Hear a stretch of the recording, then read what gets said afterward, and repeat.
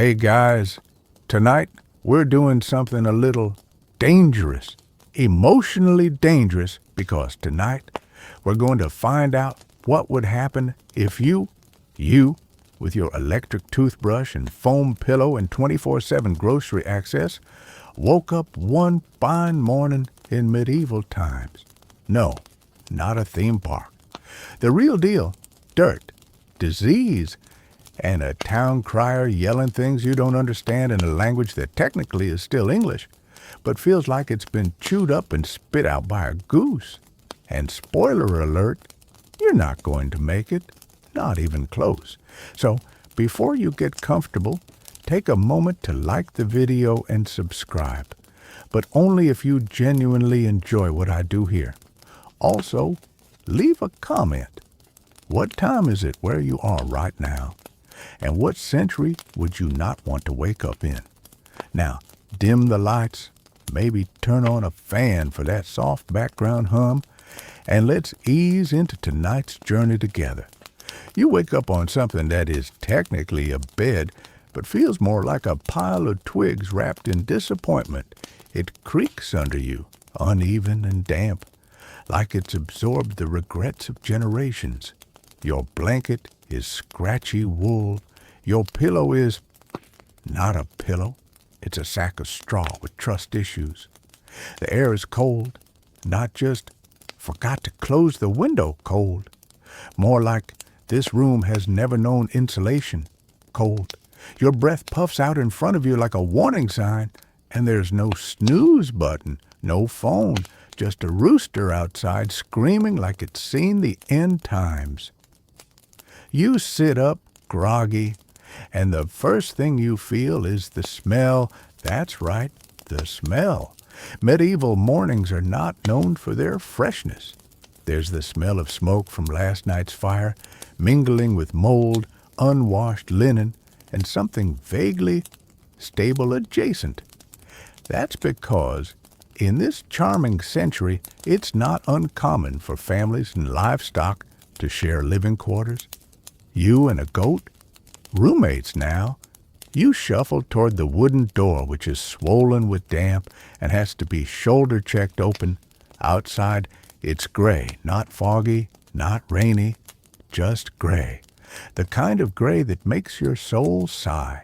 You step into the street, or rather, the muddy trail between huts, and immediately regret it. The ground is soft in all the wrong places. You realize that shoes, as you know them, have not been invented yet. You're wearing what feels like leather slippers from a Renaissance fair clearance bin, and they do not repel mud or cold or dignity. A few villagers glance at you. One nods, another spits. A third is squinting suspiciously like they've just realized you're not from around here. You try to blend in, which is hard, because your clothes are, well, you don't have many. You're wearing a tunic, a pair of hose, which are essentially leg socks, and maybe a belt if you're lucky. Underwear? Hilarious. Your stomach growls loudly. You remember how you skipped dinner last night because you couldn't identify anything in the pot and were worried it might look back at you. You wandered toward the communal well because, guess what? Plumbing is a myth, and your first mission today is to fetch water. But first, you'll need to push aside a pig, 2 kids, and a very aggressive woman with a bucket and 0 patience. You finally get your turn, and the water is brownish, cool, refreshing, slightly unsettling. You drink anyway because you don't have a Brita filter or options. And that's when it hits you. You are not ready for this. Not for the cold, not for the smells, not for the food or lack thereof, not for the goat in your bedroom, not for the judgmental looks from children who have seen more winters than you have dental checkups. It's been maybe an hour, and you're already fantasizing about thermostats, central heating, and cereal in a box. Some historians still debate whether the average peasant in medieval times truly suffered every day or simply didn't know any better. But if you're from the 21st century, oh, you know better. You feel it in your bones, which, by the way, are starting to ache. Welcome to your new reality. Soreness is eternal, and hot baths are for the nobles. Maybe. And we haven't even gotten to breakfast yet. Just wait. Breakfast? In your world, that word might conjure images of golden toast, eggs exactly how you like them, or maybe a smoothie so expensive it comes with moral superiority. But here, in medieval times, let's just say your morning is about to be humbled. You're still standing near the well trying to pretend the water didn't taste like someone rinsed a boot in it. When someone calls you over, it's your host or cellmate, depending on how you view this shared housing situation. She gestures to the hearth where something is bubbling ominously in a blackened pot. This is it. Breakfast. You approach, cautiously optimistic. Maybe it's stew. Maybe it's porridge. Maybe it's hope in a bowl. Wrong. It's gruel. Technically food. Spiritually, punishment. Gruel is like oatmeal. If oatmeal had no ambition, it's a thin slurry of grain and water, occasionally seasoned with salt. If you're lucky, it jiggles. It sighs. It looks like something a tired cloud would cry. You sip it, it tastes gray. That's the only word that fits. It tastes like the color of fog, like rainwater and memories. You chew, even though it doesn't need chewing, because that gives your dignity something to do. Someone passes you a piece of bread. Your jaw nearly dislocates trying to bite into it. This isn't bread, it's medieval jaw training equipment. It's so dense, so hard, you start to question your dental insurance, which doesn't exist, because dentistry hasn't been invented yet. Remember that? The bread is sour, the gruel is bland, and you're already dreaming about avocados that won't be cultivated here for another few hundred years. You look around. No one else complains. They eat in silence, not because they're content, because talking wastes precious chewing energy. But you notice something else. No forks. In fact, forks haven't caught on yet in most of Europe. They exist, sure, but people are suspicious of them. Too pointy, too Italian. You eat with a spoon, your fingers, or if you're noble, with a knife you carry around for all purposes, eating, carving wood, self-defense, and dramatic table slams. There's meat hanging from the rafters, cured and salted, but not for you.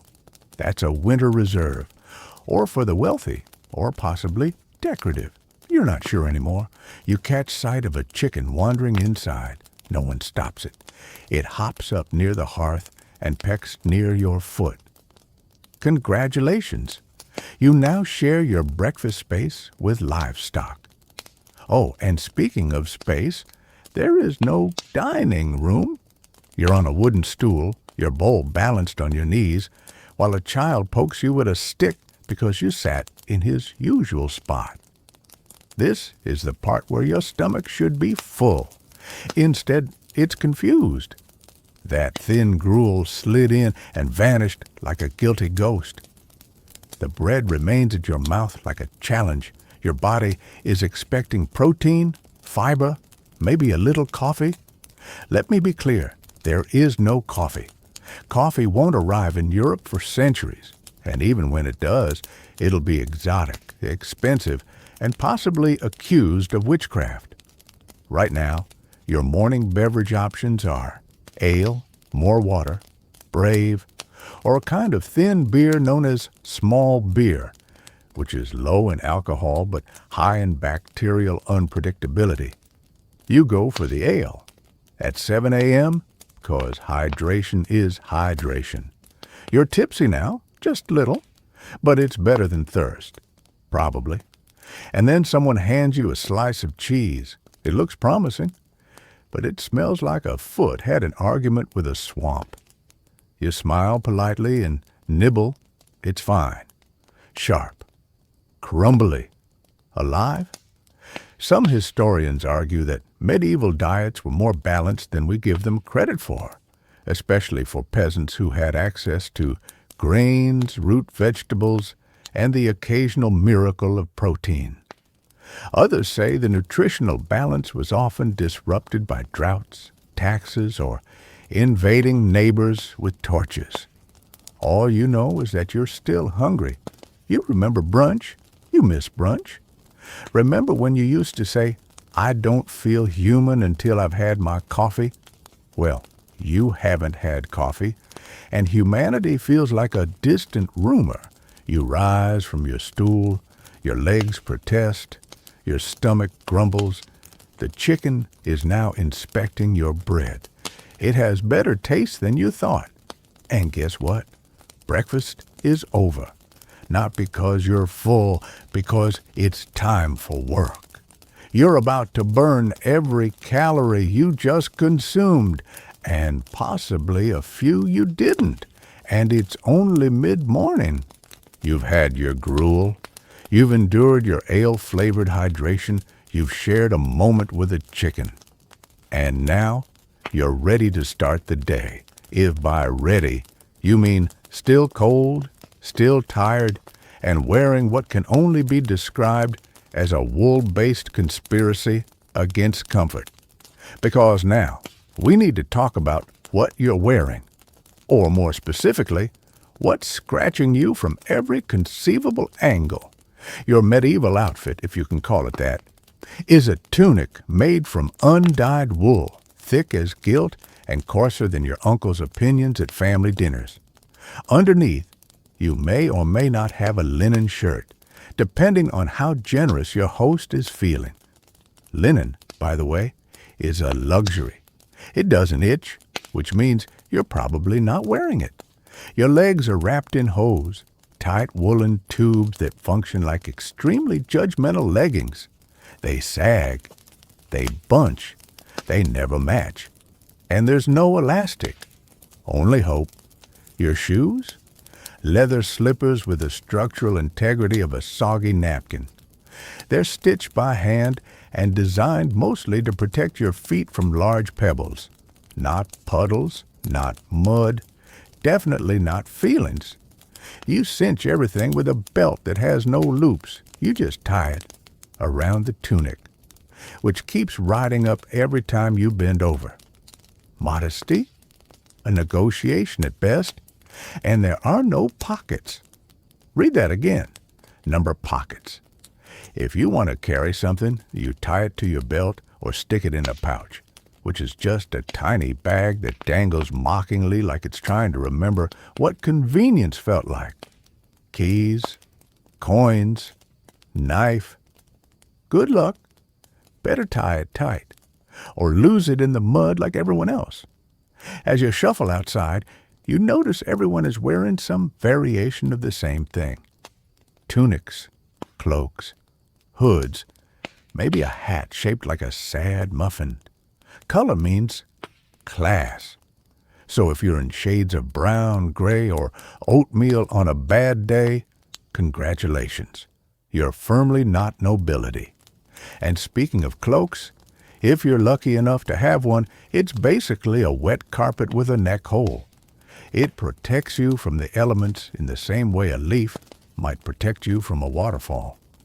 But what really gets you is the smell. These clothes haven't been washed. Not properly, maybe aired out, maybe scraped, maybe wiped with something pine-scented, if you're very lucky.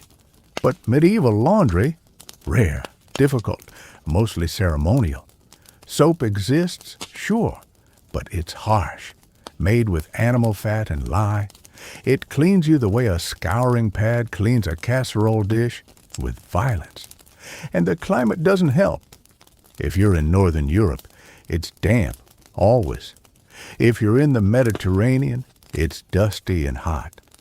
Your clothes either stick to you or scratch you. or both?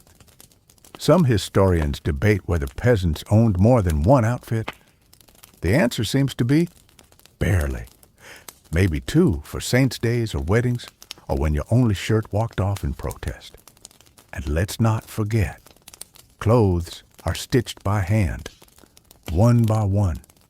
If your tunic tears, someone has to sit by firelight with a bone needle and thread made from flax or gut and fix it slowly, carefully, while muttering about your lack of grace. You walk into the village square where a group of others are gathering for their morning tasks. No one's comfortable. No one's fashionable. Everyone's itchy. You see someone scratching their arm like they're trying to start a fire, and you begin to realize comfort wasn't the point. Clothes weren't for style. They were armor against wind, cold, and social judgment. You think back to your closet full of hoodies, jeans, moisture-wicking joggers. You think about zippers. You almost cry. Because here, there are no zippers, no buttons, just ties, laces, pins, and regret. And if it rains, you get wet. Umbrellas? Ha! Not invented here. You get a hood or a hat. Or nothing. You see a man wearing what looks like a cape made of stitched rabbit skins. He smells like ambition and onions. His hat is shaped like a funnel. It's unclear if he knows. Then someone hands you a pair of gloves. They're made of stiff leather and lined with fur that's been matted down by time. You put them on. They're 2 sizes too big. One thumb has a hole.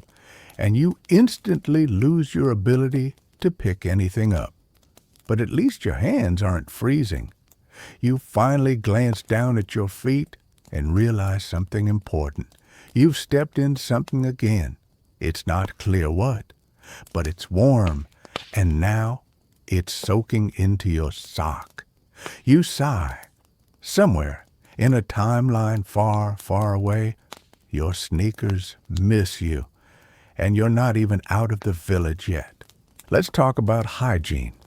Or rather, let's gently lower our expectations until the idea of hygiene becomes a vague aspiration instead of an actual practice. Because here's the thing. In medieval times, cleanliness wasn't exactly top of mind. Mostly because people were too busy surviving. And when you're busy fending off famine, wolves, and unpaid tithes, you don't really have time to exfoliate.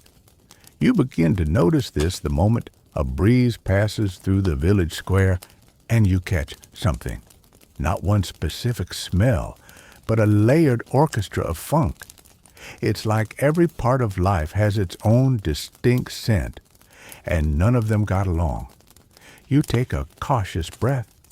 First, the ever-present tang of animal waste. Pigs, chickens, oxen, they're everywhere, and they're not shy.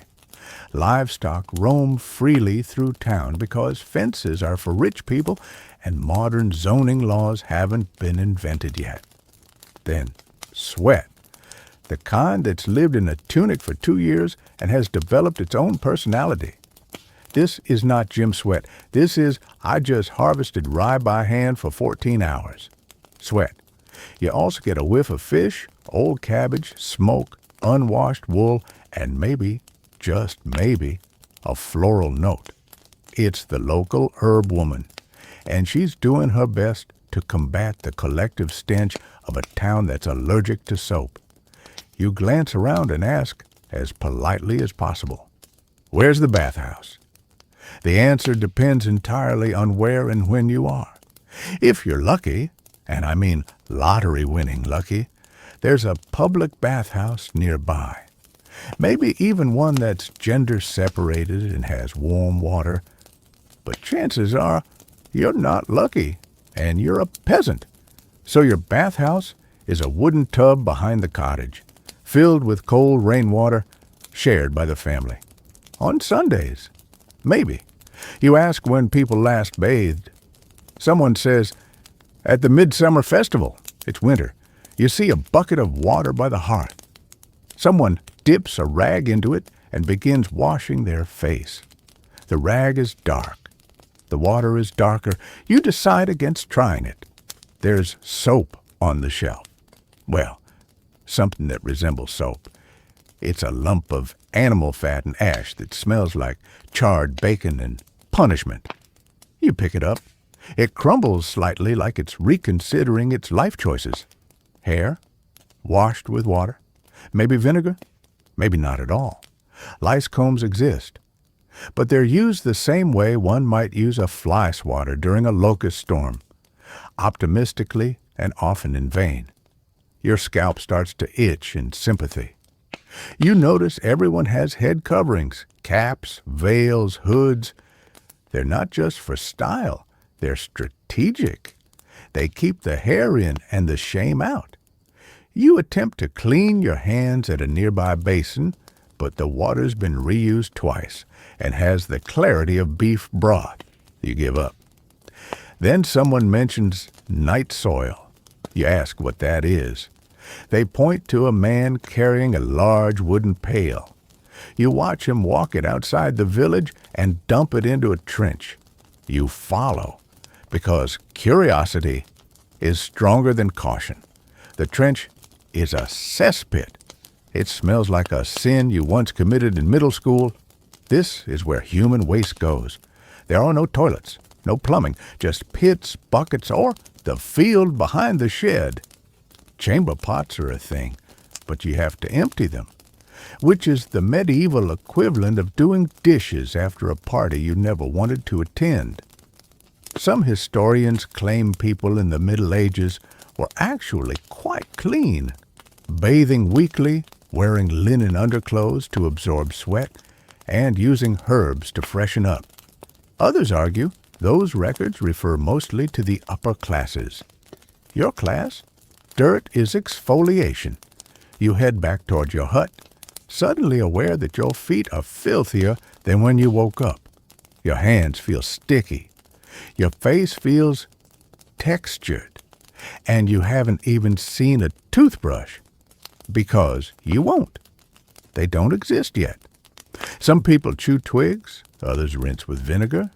One guy uses a feather. You pass a monk who's got suspiciously white teeth. He smiles and says, "Ash and salt?" You nod like that explains everything. You finally sit by the fire and realize something.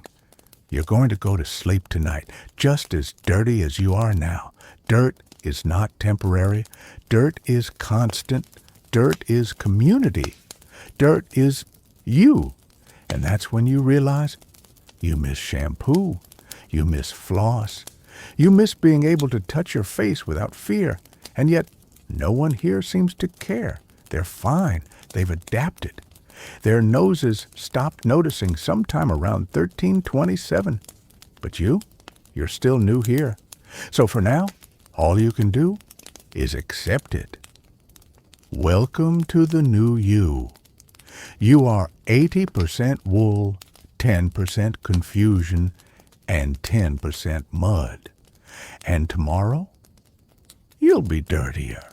You're filthy, vaguely full, vaguely dizzy, and vaguely regretting every life decision that led you to this mud-caked alternate reality, which is perfect, because now it's time for chores. In the 21st century, chores mean dishes, laundry, maybe rearranging your fridge if you're feeling productive. In medieval times, chores are a lifestyle, a full-body experience, a relentless onslaught of tasks designed to humble your soul and callous your hands. Your host hands you a wooden yoke and 2 sloshing buckets. Your job? Carry water, again. You head back to the village well, trying not to spill, trying not to cry. Your shoulders ache immediately. The wood digs into your neck. Your arms feel like noodles boiled in doubt. And you've only walked 10 steps. 2 chickens and a boar goat look at you like they've seen this performance before. The well is busy. Again. You wait in line. Again. You draw more water. Again. By the time you get back to the house, half your water is gone, spilled, stolen by gravity, or evaporated out of spite. No one thanks you. This is expected. Water is life. You carry it or you don't get it. You set the buckets down and stretch your back. Mistake. Your host now points to a pile of firewood. Ah, yes. Chore number 2. The fire went out during the night, and someone needs to bring it back. That someone is you. You walk to the edge of the forest, where bundles of logs are stacked. You pick one up. It's heavier than your dignity. You shuffle back. You trip once. A child laughs. You think about quitting. But where would you go? You have no currency, no clean socks, no Wi-Fi. You feed the hearth and attempt to light a fire. You fail. You try again. It catches reluctantly like it's doing you a favor. The smoke curls up into your eyes, into your hair, into your lungs. You cough. Congratulations. You now smell like a campfire and a sheep. Time for chore number 3. Someone hands you a broom made from tied reeds and points to the floor. You begin sweeping. But there is no clean here. There is only less dirt than before. You sweep and sweep, and just when the ground starts looking passable, a dog runs through the door with muddy paws and a proud expression. He's your enemy now, and your best friend. You don't know anymore. By mid-morning, you've fetched water, chopped wood, swept a house, and helped sort grain from pebbles using what looks like a giant sieve built by disappointment. Your hands are blistered, your back is sore, your posture has downgraded from upright mammal to sentient question mark. You try to sit. Someone says, "We haven't done the washing yet." You cry a little, but silently, because no one has time for your emotions. You walk to the river with a group of villagers, each carrying a bundle of clothes and wooden paddles. The river is cold, the rocks are slippery, and the soap, if you can call it that, smells like someone tried to make cheese out of smoke. You watch as others beat the clothes against stones with rhythmic thuds like angry laundry percussionists. You try it. You drop the shirt. It floats away. A woman retrieves it, shaking her head like she's already seen you die in 5 different timelines. Some historians say communal chores like this were opportunities for gossip, bonding, even joy. Others say people were mostly quiet because they were tired and their hands hurt. You believe the second group? By the time you trudge back to the village, your feet are numb, your clothes are wet, and your arms feel like expired baguettes. And you haven't even eaten lunch. But as you collapse near the hearth, someone hands you a mug of something warm. It's thin onion broth, no meat, no spice. But it's hot, and it doesn't taste like punishment. You sip slowly. Around you, life goes on. Someone spins wool. Someone else tends to a child. A man sharpens a blade with the intensity of a person trying to forget. A teenager mends a broken bucket with pitch and hope. You realize something strange. No one is rushing because there is no rush.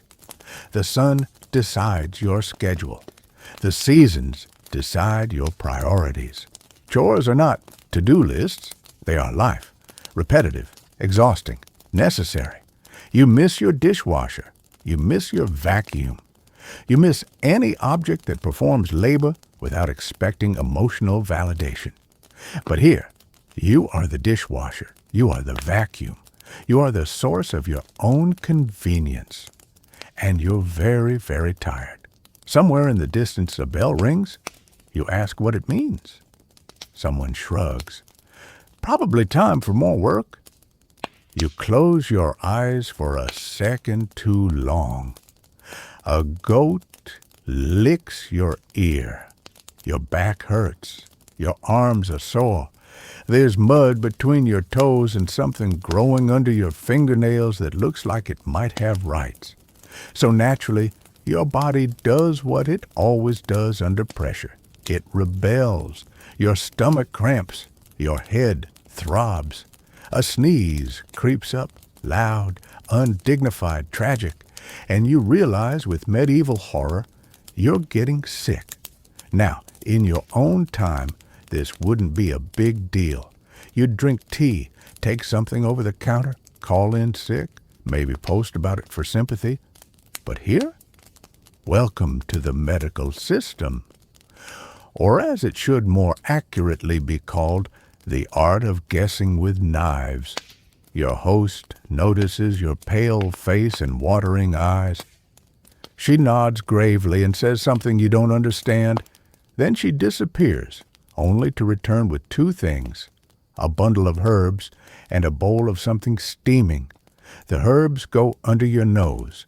You sniff, regret. The bowl is a concoction of boiled onion skins, sheep's milk, and what might be moss. You drink. It tastes like betrayal and pond memories. Your body clenches in confusion. Still, this is kindness. It could be worse, because if you were truly sick, like fevered, shaking, or leaking something suspicious, they'd call the healer. And the healer is a concept. Sometimes it's a midwife. Sometimes it's a priest. Sometimes it's a guy named Bartram, who once boiled a toad and now calls himself a doctor. Today it's Bartram. He's old, smells like garlic and wet cloth. He asks you to stick out your tongue. You do. He pokes it with a feather. Then he asks about your dreams. You lie. Bartram nods, serious. He says your humors are out of balance. This is bad. There are 4 humors: blood, phlegm, black bile, and yellow bile. You don't know what they are, but you're confident you have all of them, and none of them are having a good time. Bartram decides to bleed you. You ask why. He says, to let the sickness out. You say, I'm not sure the sickness needs help. But it's too late. He already has a knife, not sharp, just knife-shaped. He pricks your arm. Blood dribbles out. He collects it in a cracked bowl and sniffs it like a wine critic. You watch your essence puddle while chickens cluck in the distance. He smiles. You'll feel worse before you feel better. You believe him. If you're lucky, that's all he does. If not, he might suggest leeches, or placing a warm potato on your stomach, or whisper into your feet while burning rosemary under the moon. And if things go truly sideways, they might drill a hole in your skull to release the bad spirits. It's called trepanation. It's real. And you're suddenly very motivated to not be sick. You ask if there's any way to prevent illness. Bartram says, yes, don't get cold, don't get wet, don't get upset, and don't anger the wind. You nod slowly. The wind seems moody today. You return to your corner by the hearth and wrap yourself in a scratchy blanket. Someone gives you a mixture of honey and vinegar. It burns going down. You pretend it's a fancy cocktail. You wonder about sanitation. You shouldn't, but you do. You learn that hospital in this time means a place of charity, not medicine. Monks might tend to you. They might sing. They might bleed you again. They might pray. But they definitely won't wash their hands, because germ theory won't exist for another 5 centuries. Some historians argue that natural remedies had their merits: herbs, rest, time. Others remind us that survival often depended on luck, youth, and whether or not your neighbor sneezed on you last week. You miss thermometers. You miss ibuprofen. You miss the soft, soothing hum of a sterile waiting room. Here, recovery is not guaranteed. Here, your immune system is the only thing standing between you and medieval oblivion. But you rest. The fire is warm. The tea is strange. Bartram has gone back to whatever cave he was summoned from, and someone, your host maybe, tucks a dry sprig of lavender under your blanket. You smell it, and against all odds, you sleep. You wake up to the sound of a rooster who, frankly, takes his job too seriously. The sun isn't up yet. Your bones protest like they've been working overtime at a regret factory. And your blanket, if you can call this musty burlap dream catcher a blanket, did very little to fight off the chill. Still, you rise, because you're a peasant now. And peasants don't sleep in, not unless they've died in the night. You shuffle outside, rubbing your eyes, and look around at the gray-blue dawn. Everything is damp. The grass, the wood, your optimism. A few other villagers are already up. One is sharpening a scythe with a rock. Another is milking a goat that looks like it's seen too much. A child carries a basket of eggs the size of pebbles. And you? You're about to discover what medieval peasantry really means. Step 1, you don't own anything. The land you live on, it's not yours. It belongs to the Lord, who lives in a manor house up the hill and may or may not have spoken to someone like you in the past 6 months. Everything you grow, build, or harvest, part of it goes to him. It's called rent. You pay it in crops, labor, or your soul's will to live. Step 2, your job is everything. You don't specialize. You're not a graphic designer or project manager or full-time vibe curator.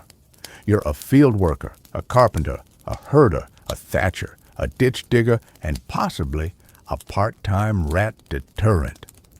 All in one. Today, for example, you've been assigned to the barley field. Your tools, a sickle that looks like it's halfway rusted into retirement, and a hat made of straw that's more decorative than functional. You start cutting. It's slow. It's back-breaking. It's the opposite of ergonomic. Your hands blister. Your spine compresses. A bee follows you for 20 minutes like it's performing a medieval audit. After 2 hours, you've cleared maybe 4 square meters. You're proud, until you turn and see an old woman named Agnes has done 5 times that with half your height and none of your complaining. You reevaluate your life. Someone hands you a chunk of dry bread and a raw onion. That's breakfast. You chew, you cry. It's unclear if it's the onion or the existential despair. Then it's off to patch a roof. Yes, you on a roof. The latter is made of questionable branches. The thatch is damp and slippery. You climb slowly, thinking about health insurance, then laugh. Because there's no such thing here. If you fall, they'll bury you with your hat and say, well, that was clumsy. By midday, you're sunburned, dehydrated, and covered in things you don't want to talk about. And that's when someone says, time to help with the pigs. You have never met a pig until today. You were not prepared. The pigs are large, muddy, intelligent, and slightly judgmental. They squeal when you approach. One bites your boot. Another sniffs your knee like it's sizing you up for later. You try to feed them. They try to eat you. Eventually, you win their trust with a pile of scraps and a whispered apology to the universe. You sit by the trough, catching your breath. A nearby villager plops down beside you and begins singing softly, a tune you don't recognize in a language you can't name. But it's peaceful, real. You glance around at the other peasants. They're not miserable, not really. They joke, they sing, they work together. They're tired, yes, dirty, yes, but there's something settled about them. They know their place, their rhythm, their sky. You, however, still look like you wandered in from another dimension. Some historians argue that peasant life wasn't constant suffering, that it had moments of joy, community, even pride. Others note the lack of rights, education, or any ability to escape. You consider both. And then someone yells, "It's tax day!" And suddenly everything gets worse. Because, yes, on top of your labor, you also owe taxes. To the Lord, to the church, to the crown, possibly even to the guy who owns the bridge down the road. You ask what happens if you can't pay. Someone says, "They take your chickens." You don't even have chickens. You panic. Someone pats your back and hands you a turnip. You eat the turnip and accept your fate. You think about your credit card points, your streaming subscriptions, your fancy sneakers, and you realize you would absolutely not last 24 hours as a medieval peasant. But you've made it this far, and the day's not over yet. You're dirty, sore, mildly traumatized by pigs, and have consumed more raw root vegetables than any human should. And now it's time for church. Or, more accurately, it's time to deal with religion, superstition, and the general medieval sense that everything is connected to either God or goats. You're led by your host down a muddy path toward the village church. Small, stone, humble, it leans slightly, as if burdened by the weight of collective guilt. There's a single bell cracked in one corner and a wooden door that creaks like it's narrating its own sadness. You step inside. Immediately, you're hit with the smell of incense, damp straw, and unwashed humanity. A few villagers kneel on rough benches. There's no music, just muttering, chanting. The occasional cough that sounds like it came from the 12th century and never left. The priest appears. He's wearing faded robes and the expression of someone who has seen too much and washed too little. He begins reciting scripture in Latin. You do not speak Latin. You think he just blessed a potato. You nod solemnly. The sermon today is about sin. Spoiler, you're doing it. You, specifically. You, with your suspiciously clean teeth and air of literacy. Definitely a heretic. Your mind drifts as the sermon continues. You look around the church. The walls are decorated with faded murals, saints, devils, people being stabbed for various theological offenses. It's like a horror movie illustrated by someone with severe arthritis. You glance down at your boots. They're still muddy. You're probably sinning through footwear. Someone behind you whispers a prayer in a trembling voice. Someone else clutches a rosary with a grip that could bend iron. It dawns on you. This isn't just faith. It's fear. Because in medieval times, religion is not Sunday brunch and good vibes. It's survival. It explains illness, weather, death, crops, misfortune, toothaches, goat disappearances. If something bad happens, it's probably your fault, or your neighbor's, or a witch's. Witch trials are a thing here, mostly in later centuries, but the suspicion is already alive. A woman with too many cats? Suspicious. A man with a birthmark shaped like a crescent moon? Trouble. A child who sneezes twice in a row? Start the bonfire. Superstition runs deep. You pass a house later that has garlic braided above the door, a horseshoe nailed sideways, and a tiny wooden idol buried halfway in the mud. The homeowner says it keeps the spirits out. You nod like that's perfectly normal. Someone tells you that if a bat flies over your house 3 times, it means a death is coming. You ask what happens if it's 2.5. They stare at you like you just questioned the sun. The village healer, Bartram, remember him? keeps a pouch of dried frog parts for luck. Another woman wears a necklace made from wolf teeth to ward off coughs. A boy refuses to walk past a certain tree because that's where the ghosts nap. You begin to realize medieval life is a delicate balance of doing your chores and not angering the sky. You learn that eclipses are terrifying omens. Comets are messages from God. Boils are divine punishment. Sneezing is suspicious. Left-handedness? Let's just say you should probably keep that a secret. Some historians argue that this worldview provided comfort, an explanation for suffering. Others note it led to paranoia, persecution, and very bad decisions involving pitchforks and innocent cats. You finish the church service, exit the building, and find a woman standing outside reading omens and chicken bones. She invites you to look. You do. The bones, to your modern eye, resemble bones.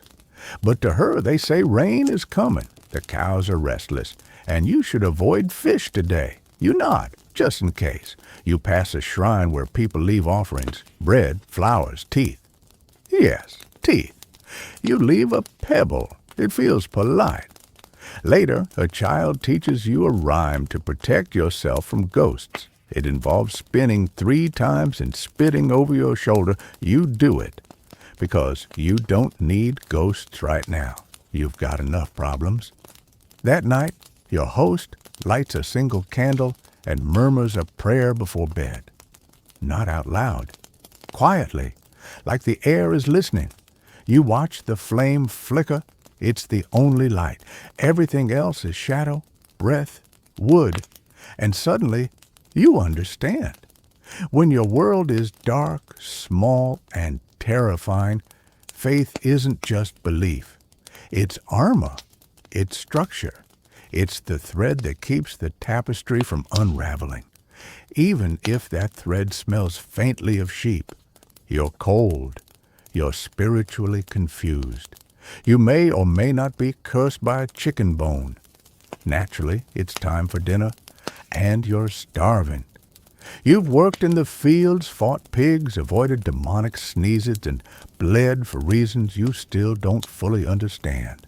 You want food, real food, a feast, a moment of modern comfort. What you get is not that. The evening meal is served communally, with your host family gathered around a long, uneven wooden table. A single candle flickers in the center like it's doing its best with a minimum wage attitude. A bowl is placed in front of you. It contains pottage. You look at it. It looks back. Pottage is not soup. It is not stew. It is an idea of nourishment suspended in time, a mushy mix of grains, water, and whatever happened to be growing or wilting in the garden that day. Cabbage, maybe? A turnip? A suspicious piece of leek? You dip your spoon in, wooden, obviously, and take a bite. It's warm. That's all. It tastes like peasant taxes and centuries of compromise, but you eat it because you're hungry and because the next course is, oh, that's right. There is no next course. This is it. This is dinner, no dessert, no wine, no fancy plating, just functional caloric sludge. If you're lucky, there's bread. But it's not fluffy, crusty bread. It's dark, dense, and somehow both rock-like and moist. You gnaw it cautiously. It tastes like wheat, dust, and effort. You glance around the table. No one complains. This is normal. You spot a small bowl of something pale. Maybe cheese? You reach for it. Someone coughs politely. You retract your hand. That's grandfather's cheese. He made it. He guards it. He names the molds. You're not ready for that level of commitment. You're offered ale, flat, warm, a little sour. Brewed in someone's bathtub, probably. It burns slightly on the way down. It's the best thing you've had all day. And then, just as you begin to surrender to the beige rhythm of medieval cuisine, something incredible happens. Meat, a sliver, a scrap, a miracle. Someone has roasted a small bird, not chicken, smaller, possibly a pigeon, possibly not a bird at all, but it's been roasted. There's spice, maybe just salt, but who's counting? A single piece is cut and passed around. It does not make it to you. You nod like that's fine. You didn't need joy anyway.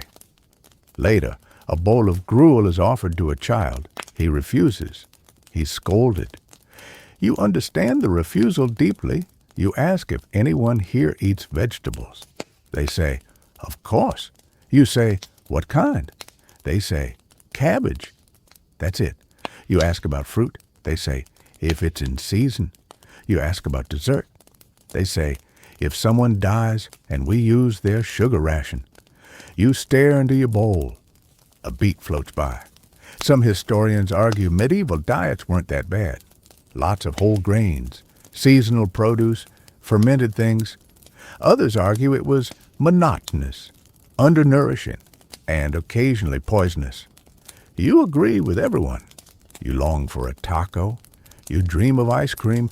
You would sell your dignity for a grilled cheese sandwich. But dignity was taken from you by a goose at noon, so you have nothing left to trade. You finish your bowl. You say, "Thank you." They say, "You're welcome." And that's dinner. As the table is cleared, your host offers you something round, golden, and fragrant. It's an apple, not sliced, not baked, not candied, just an apple. You bite into it. It's mealy, tart, slightly worm-adjacent. It's also the best thing you've had in 24 hours. You savor it. You wonder how this counts as a reward. Then you remember. You didn't die today. And in medieval times, that's enough. You've survived the day. Barely. Your muscles ache in places you didn't know had muscles. You've eaten something that might legally qualify as beige porridge. Your soul feels like it's been rubbed with a turnip. So now, naturally, you crave comfort, warmth, cleanliness, a bath. Cue medieval laughter. Because here's the truth. Bathing is complicated. Depending on the century and region, you might be told that washing regularly is virtuous or dangerous. Some folks believe cleanliness keeps disease away. Others whisper that water opens your pores and lets evil in. So bathing is a gamble. But tonight, your host family is merciful. They offer you the copper tub. It sits near the hearth, round, dented, possibly older than the house. A child brings in buckets of warm water from the fire. It takes 5 trips. The water steams slightly. You're told you can go first. This is a rare honor, because in most medieval households, the order goes father, then mother, then children, then you, the traveling stranger, in water that by then looks like weak mushroom tea. So yes, first in is a big deal. You step in and immediately wonder what's floating. You tell yourself it's herbs. It is not herbs. The water is warm, but not hot.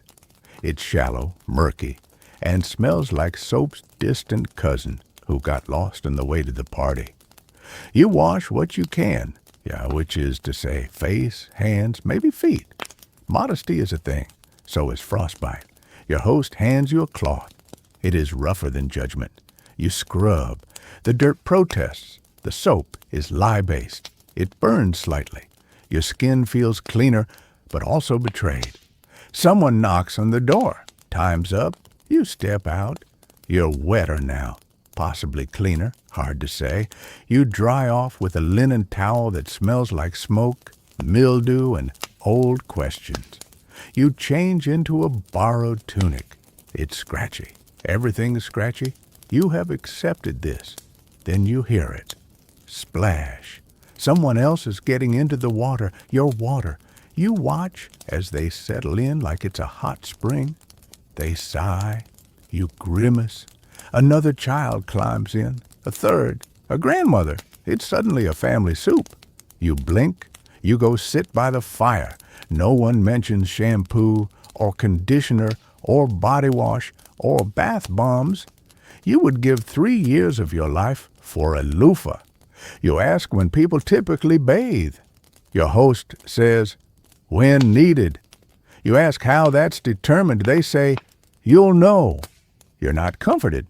You learn that public bathhouses exist, especially in towns. Some are gender separated, others aren't. Some are run by monks, others double as brothels. A fine line exists between steam and sin, and no one seems entirely sure where it is. In some cities, bathhouses are banned. In others, they're all the rage. One chronicler writes of perfumed tubs, hot stones, and even music. Another writes of lice parties and soup made from regret. It depends where you are. Tonight, you're in a cottage with 1 tub and 5 bathers. You glance at the water. It's evolving. You think you see it blink. Later, someone offers you an herbal rinse, rosemary, lavender, mint. You pour it over your head. It helps. For a second, you smell like potential. Then the fire shifts, and you're back to smoke and soap sadness. You crawl into bed, if we're calling this hay-stuffed linen coffin a bed. The straw pokes you into 23 places. A mouse stares at you from the corner with judgment in its tiny eyes. You feel cleaner, sort of. You feel alive, barely. You close your eyes. You dream of showers, of ceramic tiles, of temperature control, of towels that don't exfoliate your soul. Some historians argue medieval people bathed more than we think. They used oils, steam, herbs. Others insist it was rare, unsanitary, and skin was more philosophy than hygiene. You decide everyone is right, because this is something you fall asleep to the sound of someone refilling the tub, and someone else whispering, "Watch out for eels." You hope it's a joke, but this is medieval life, and here, hope is not strategy. You are lying on straw. It's poking you in places no modern mattress ever dared. There's no pillow, just a rolled-up cloth that smells faintly of old onions and, somehow, regret. You should be asleep, but you're not, because night in the medieval village is not quiet. You thought it would be, didn't you? You imagined candlelight, gentle snores, maybe the hoot of an owl. But instead, the dark has opinions. First, there's the dog. You're not sure whose it is. It howls, constantly, possibly for religious reasons. Then come the cows. They moo in slow philosophical tones like they're asking big questions about the universe. Then the geese, the local security system, start hissing because a leaf moved. A leaf. You try to roll over, the straw stabs you like it's been waiting all day. You sit up. Someone nearby mutters in their sleep. Another person snores like they're excavating a tunnel through their soul. Then, chanting, distant, soft, rising. You glance toward the tiny window. It's monks. In a nearby monastery, the night office has begun. One of 8 daily prayer services. The monks rise in the middle of the night to sing praises, even if their lungs are full of candle smoke and their feet haven't been warm since Pentecost. You admire their discipline. You do not envy their schedule. Still, the sound is oddly soothing. Latin tones weaving through the dark like silk threads over a haystack until a cat jumps on your chest. It stares at you. It does not move. It does not blink. Eventually, it leaves. But the imprint of its judgment lingers. You try to sleep again. The fire has died down. The room is cold. You hear creaks, wooden beams settling, or ghosts, or both. A baby starts crying next door. A woman hums to calm it.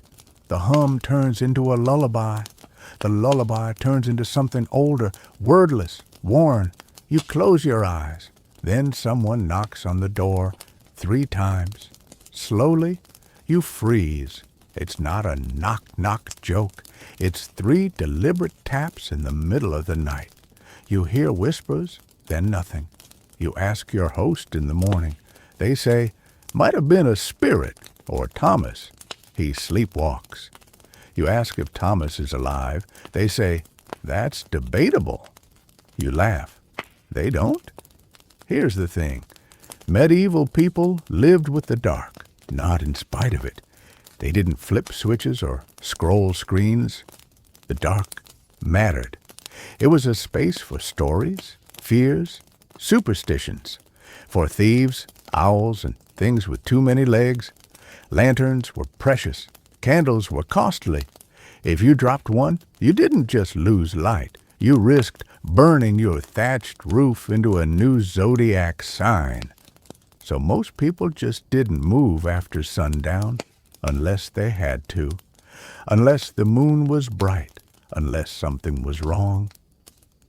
Some villagers hang charms above their beds, bits of iron, carved crosses, dried herbs, to keep the darkness polite. Some say if you hear 3 knocks, it's a warning. Others say it's a friend. You decide it's best not to decide. Back in bed, you finally drift off. But the dreams come fast, strange. You're in a forest. You're wearing shoes made of bark. The moon talks.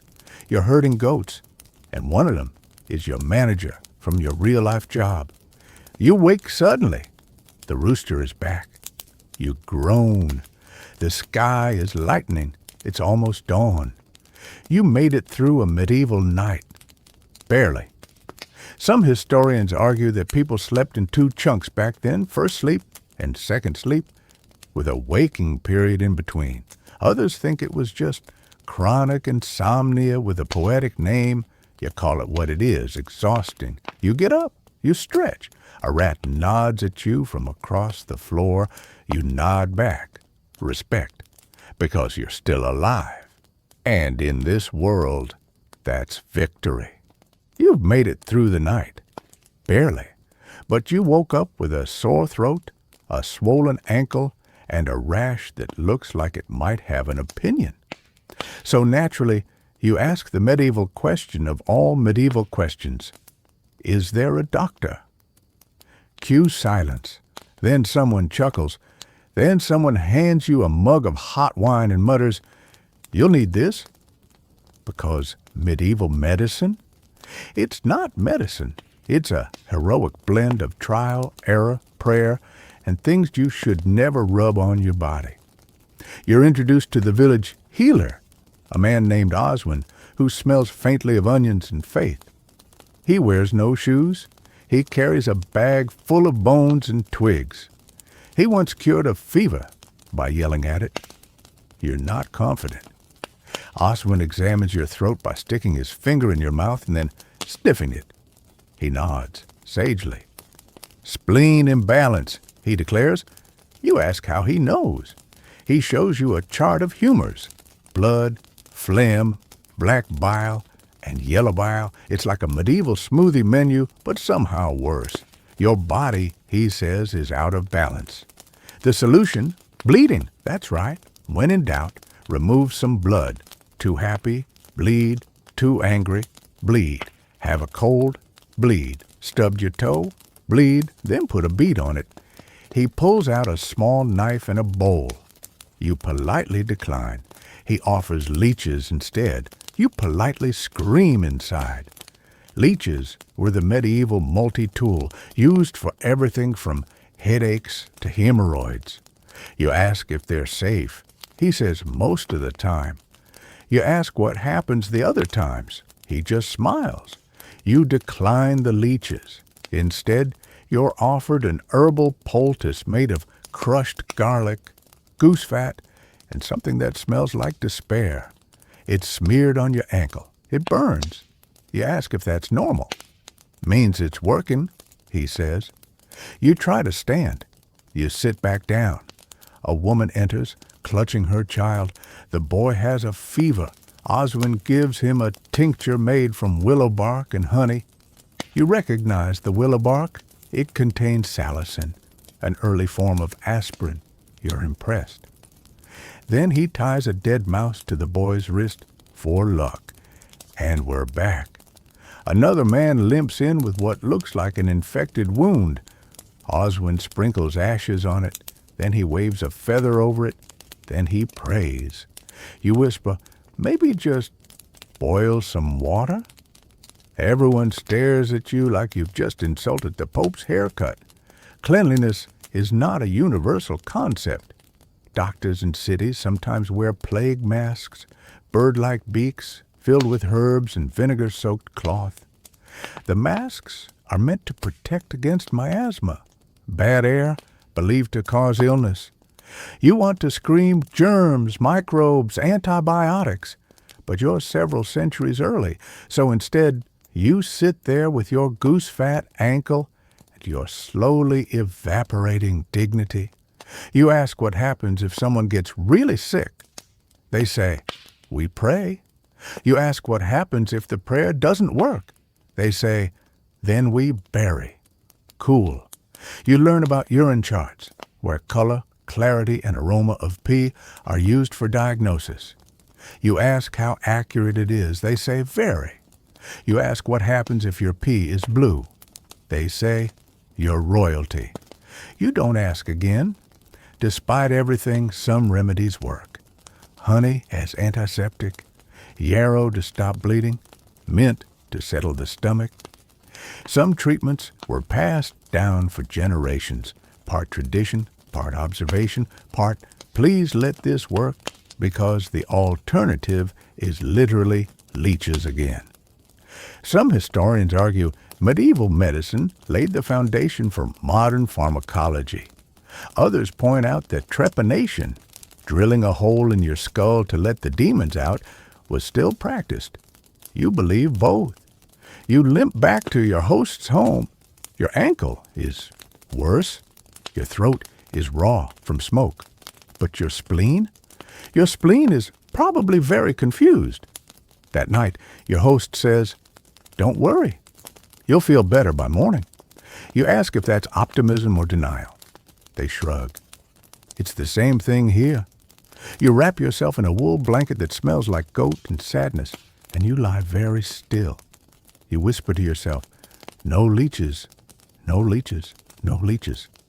Outside, Oswin hums. Inside, you accept your fate. The medieval cure for everything? Time. And sometimes, just not dying. You've been bled, bruised, judged by a chicken, and bathed in suspicious water. So now you ask the age-old question, what do people do for fun around here? Because if you're going to barely survive a day in medieval times, surely you deserve at least a little entertainment. Your host smiles. Tonight, they say, there's a juggler in the square. You blink. That's it? They shrug. Sometimes there's also a pig race. You nod slowly. Let's go. The village square is a lopsided patch of dirt surrounded by cottages, livestock, and one dog that seems to belong to everyone and no one.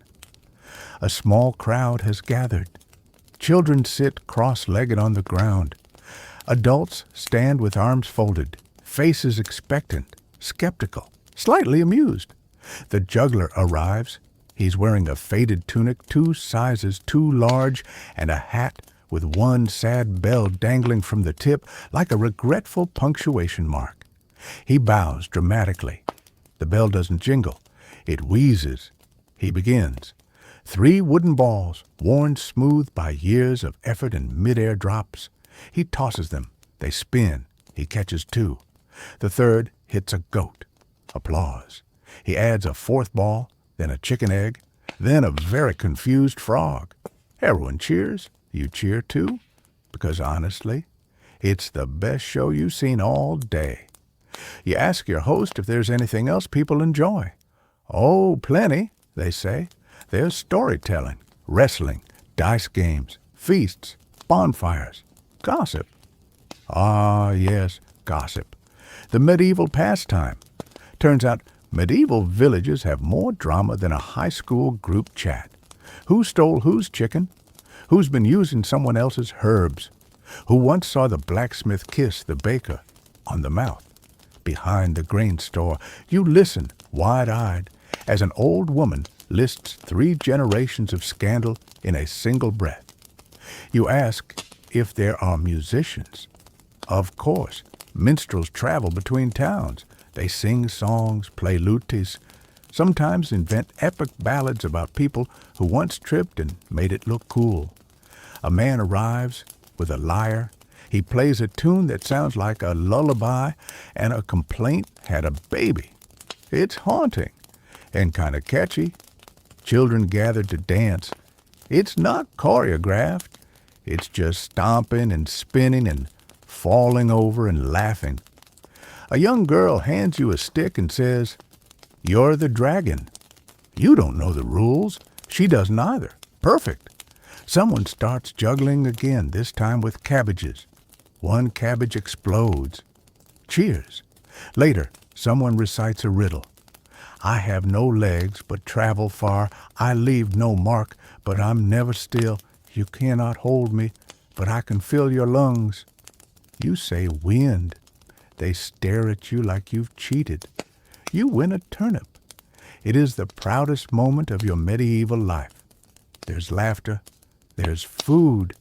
Boiled, obviously. There's a man trying to impress a woman by balancing on a barrel. He falls. The barrel wins. You ask about theater. They say sometimes the church sponsors mystery plays, biblical stories acted out in public, saints, devils, miracles, plagues. Sometimes it's educational. Sometimes it's just fun to see your neighbor dressed as Satan yelling, "Be gone!" You ask about books. They laugh gently. Books are rare, expensive, hand-copied by monks with enough patience to make your internet browsing seem shameful. One book might cost as much as a cow. You glance at the cow. It winks. You sigh. Still, stories live here, not on pages, but in mouths. Around fires, behind barns, in whispers and chants and lullabies. People remember everything, especially the juicy parts. Some historians say the Middle Ages were boring. Others say you weren't invited to the right bonfire. Back at your host's house, someone juggles again. It's not graceful, it's not smooth, but it's joyous. Because here, entertainment isn't about polish. It's about presence. No screens, no scrolls, just people, food, fire, noise, a frog that now thinks it's famous, and you're laughing, like real laughing. Your face hurts. And for the first time in this very weird, very scratchy, very cabbage-scented day, you're happy. Until someone hands you a recorder and says, "Your turn?" You panic. You squeak. You're booed. The frog gets more applause than you deserved. You've juggled. You've laughed. You've made a child believe you're an actual dragon. But now it's getting late again. And as twilight wraps the village in soft purple, something else begins to settle over the people. Reverence. Even the goat seems quieter. Because in medieval life, religion isn't a weekend activity. It's air. It's architecture. It's everywhere. Your host beckons you toward the village chapel. It's a modest building. Wooden beams, a stone altar, stained glass window showing what appears to be St. Michael stabbing something that might be a dragon or a very misbehaving lizard. You step inside. It smells of candle wax, old incense, and damp stone.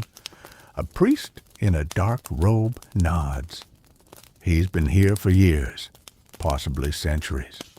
His voice is gentle, like someone who's spent most of his life whispering to brick. He invites everyone to evening prayer. You sit on a rough bench. There are no cushions. Your spine negotiates with your soul. The prayer begins. It's in Latin.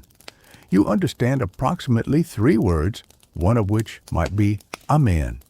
But the cadence is soothing. The priest chants. The villagers respond.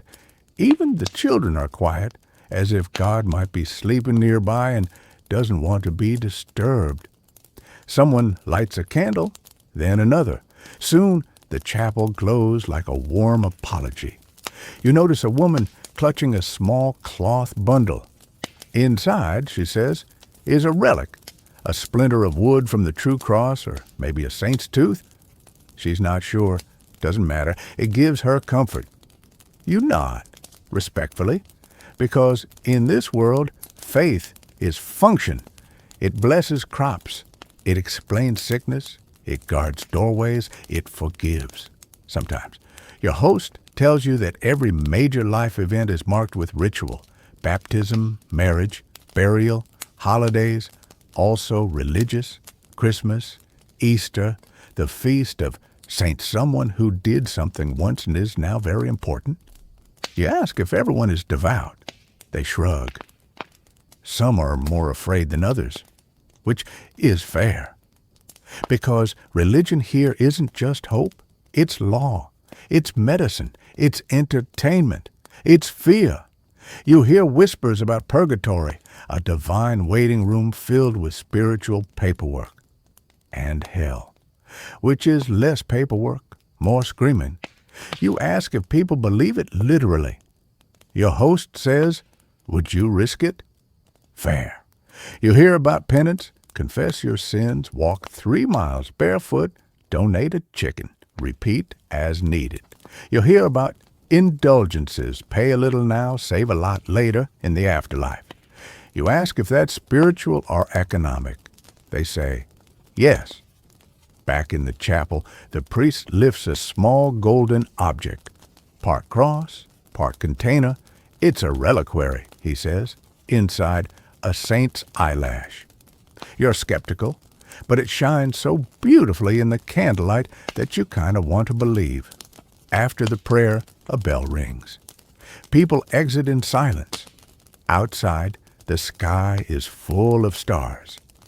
Someone points and says, that one fell once. Took 3 sheep and a cart. You realize it's not just religion here, it's superstition. A baby sneezes, say, God bless. A raven caws 3 times, trouble. You walk under a ladder, that's basically treason. Herbs hang above doors to ward off spirits. Charms are buried beneath the threshold. People sleep with iron under their beds, not for safety, but to keep away goblins. You try to ask what counts as a goblin.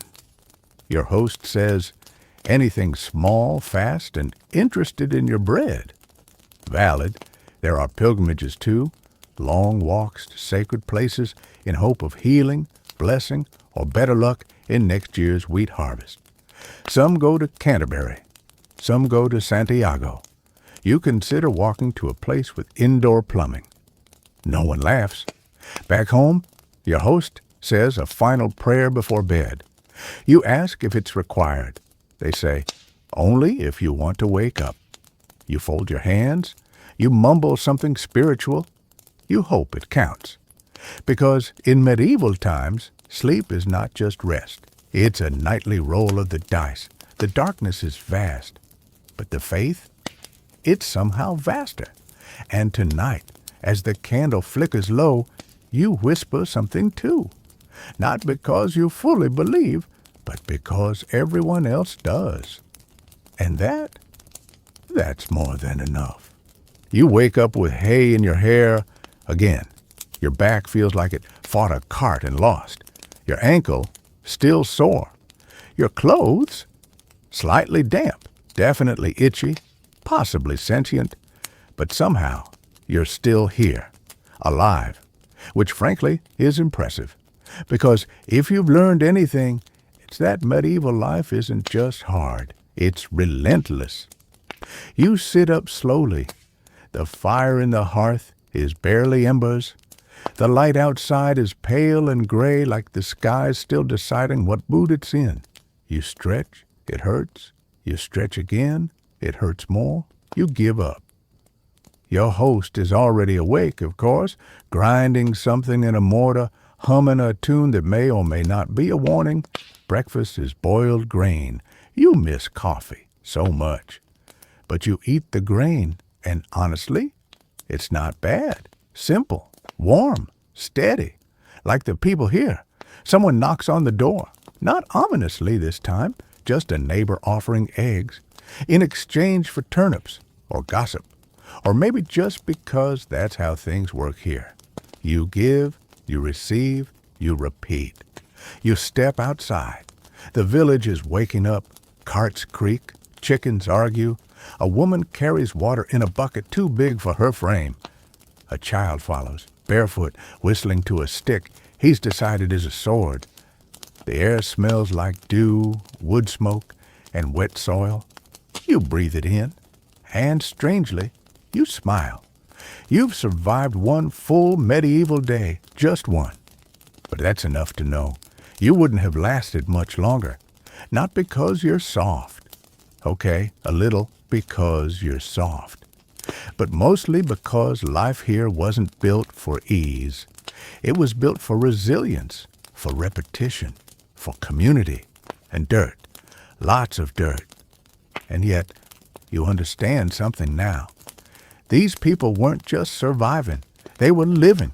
They told stories, sang songs, grew food with their hands, cared for neighbors, danced under stars, prayed to saints, argued with goats.